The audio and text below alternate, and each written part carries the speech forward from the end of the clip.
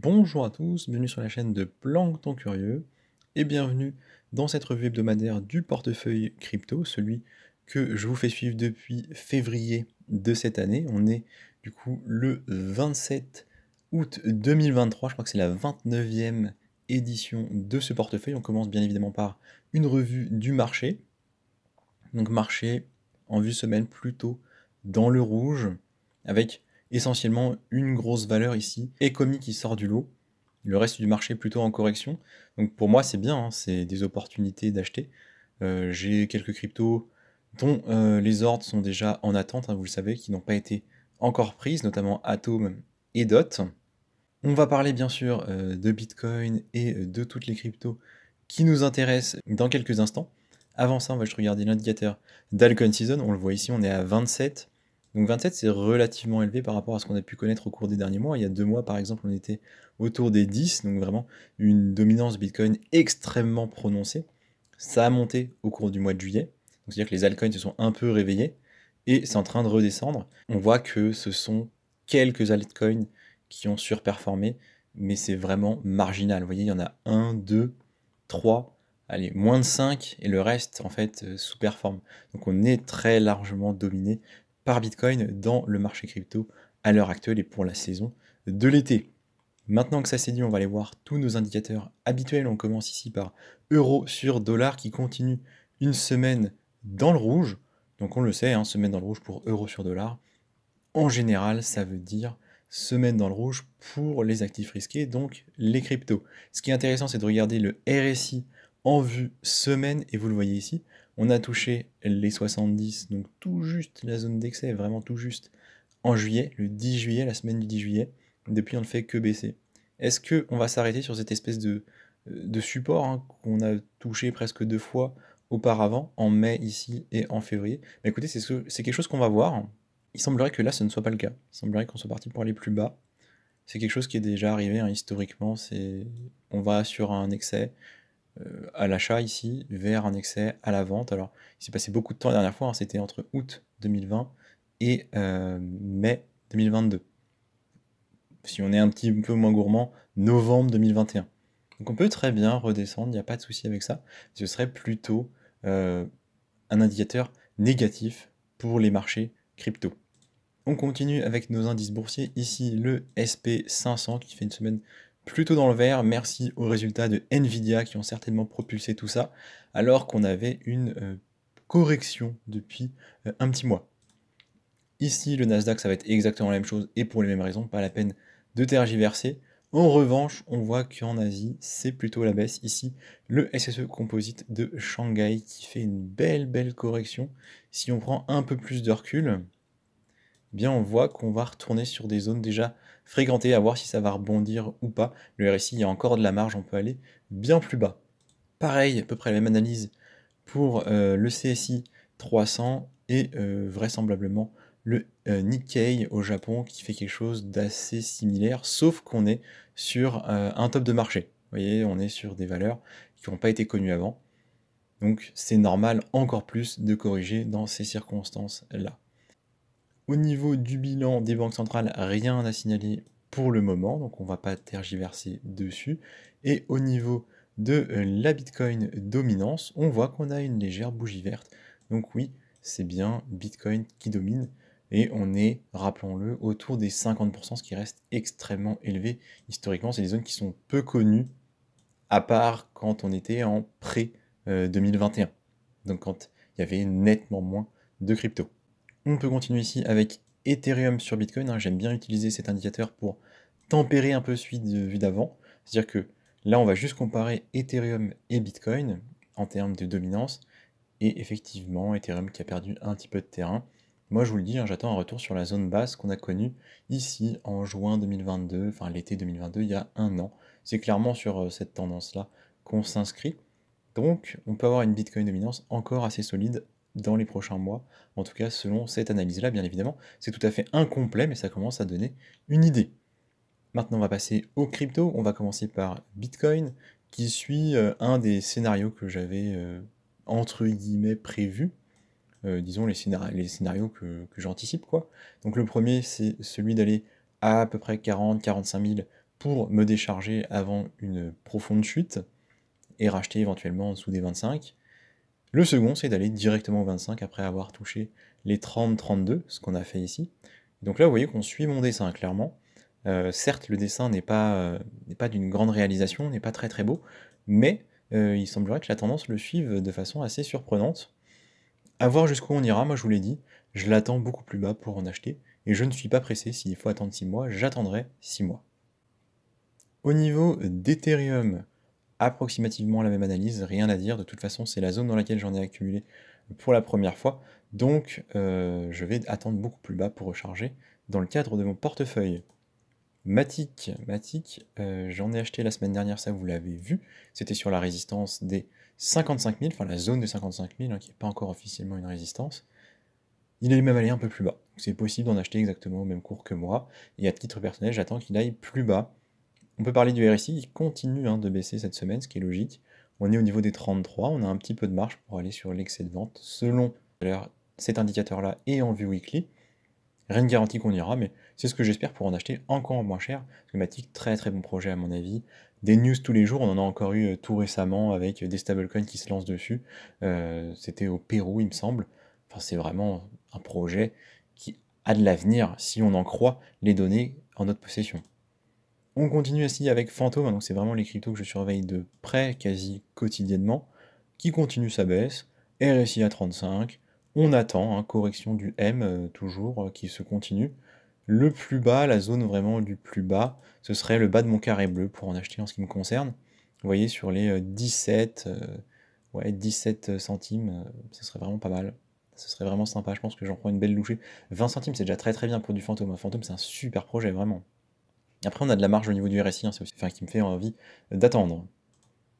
On peut continuer ici avec PancakeSwap. PancakeSwap, on le voit, qui stabilise aussi.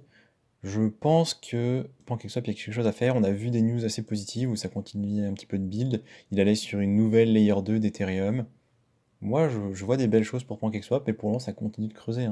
On est à 1,27$. Je crois que c'est des prix qui n'ont jamais été vus au cours des 2 dernières années. C'est ça, la dernière fois qu'on a vu ça, c'était en janvier 2021.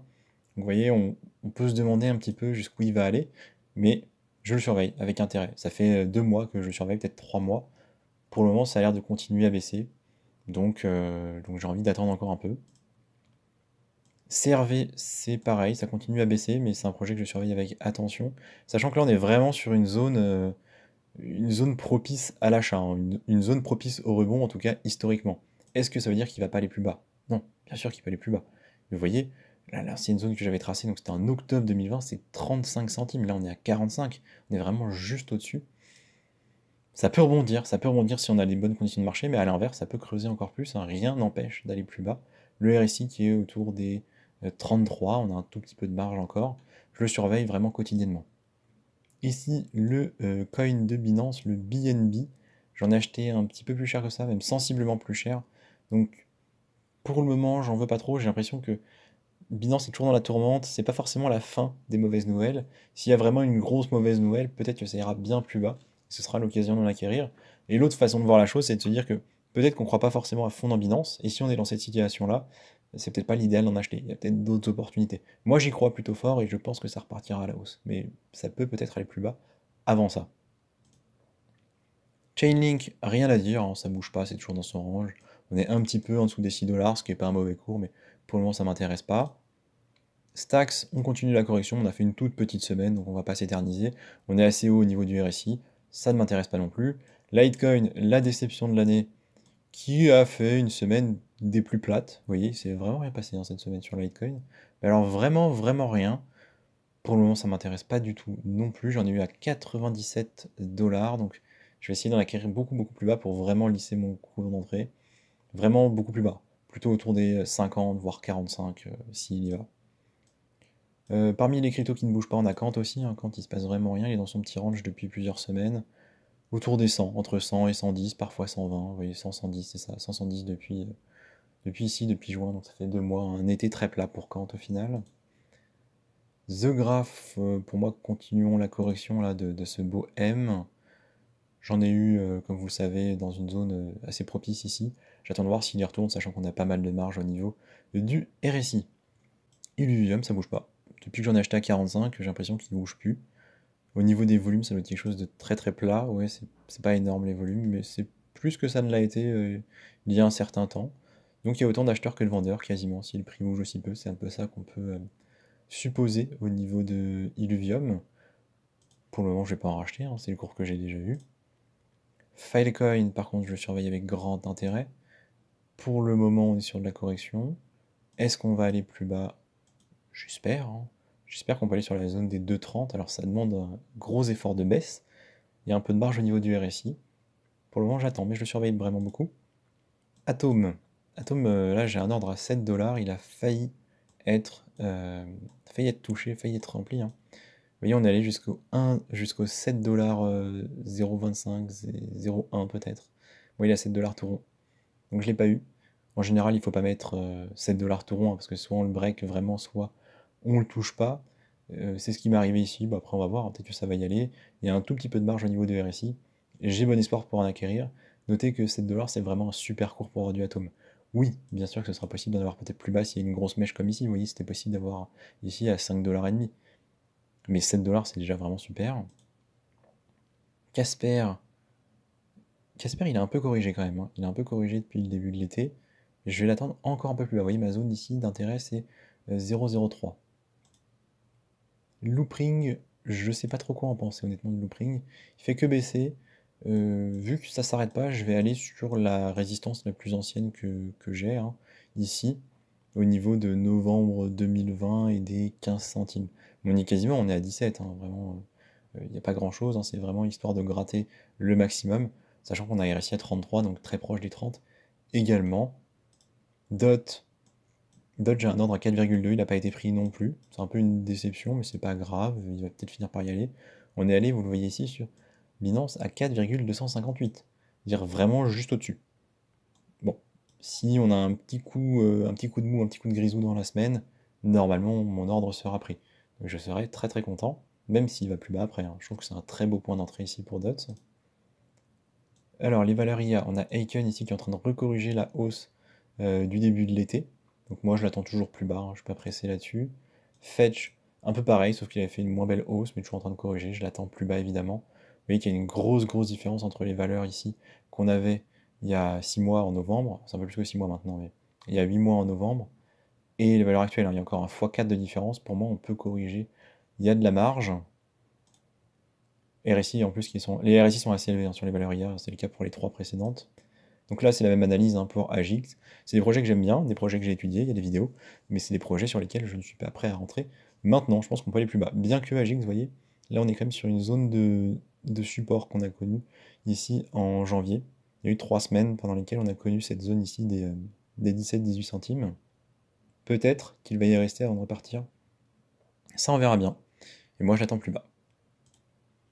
Au niveau de Magic, c'est en train de pas mal corriger aussi. On a 2 semaines correctives sympathiques. Je vais aller le chercher beaucoup plus bas, sachant qu'il y a d'autres projets, peut-être plus urgents à acheter, et qu'on a un RSI qui est toujours à 40. Il y a de la marge. Rocket Pool, c'est incroyable. Je crois que j'ai rarement vu autant de semaines de baisse d'affilée. C'est considérable. Il y en a 1, 2, 3, 4, 5, 6, 7, 8, 9, 10, 11, 12. 3 mois consécutifs de baisse. Et si on omet cette toute petite bougie verte qui est en fait très plate, on peut même en rajouter deux de plus. C'est impressionnant. Donc je ne sais pas jusqu'où on va. Le RSI, vous voyez, est passé d'ici en avril de 70 à 31 aujourd'hui en août. C'est assez impressionnant. Je ne sais pas jusqu'où on va. Mais à un moment où je pense que j'en achèterai parce que ce sera intéressant. S'il y a moyen d'en avoir en dessous de 10 $, écoutez, ce sera incroyable. Pour le moment, on est à 23. J'ai tout mon temps pour en acquérir. XRD, j'attends la correction de la hausse également. Pour le moment, j'en acquiers pas. Le RSI est encore très très haut, à 45. J'ai tout mon temps aussi. Render Token, eh bien, écoutez, on a continué à corriger. On est sur des zones qui commencent à être un petit peu intéressantes parce qu'elles ont été travaillées. Mais je pense que là, il y a eu des beaux excès au niveau du cours, des beaux excès d'achat, et qu'on peut corriger peut-être encore un peu plus. Moi, j'aimerais bien le payer moins cher que ça. Par contre, c'est un super projet Render Token, hein. Vidéo sur la chaîne également. Vraiment, j'aime bien. Arbitrum, je vais pas m'éterniser dessus, hein, c'est les 75-80 centimes qui m'intéressent. Pour le moment, j'en veux pas. Woodjack, bon, on s'en fiche, hein, concrètement, de Woodjack, ça ne nous intéresse pas plus que ça. Et on va aller terminer avec, ici, Algorand qui continue sa baisse, bientôt le RSI 30. C'est pas un mauvais cours hein, pour acquérir du Algorand. La question c'est est-ce qu'on pense que c'est un projet qui va réussir à superformer ou pas dans les prochaines années? C'est la question qu'il faut se poser. Ils ont des partenariats sympas, ils ont perdu Algofi. Moi j'entends pas trop parler d'Algorand. Peut-être que c'est le moment d'en acquérir. Ça dépend aussi des convictions qu'on a.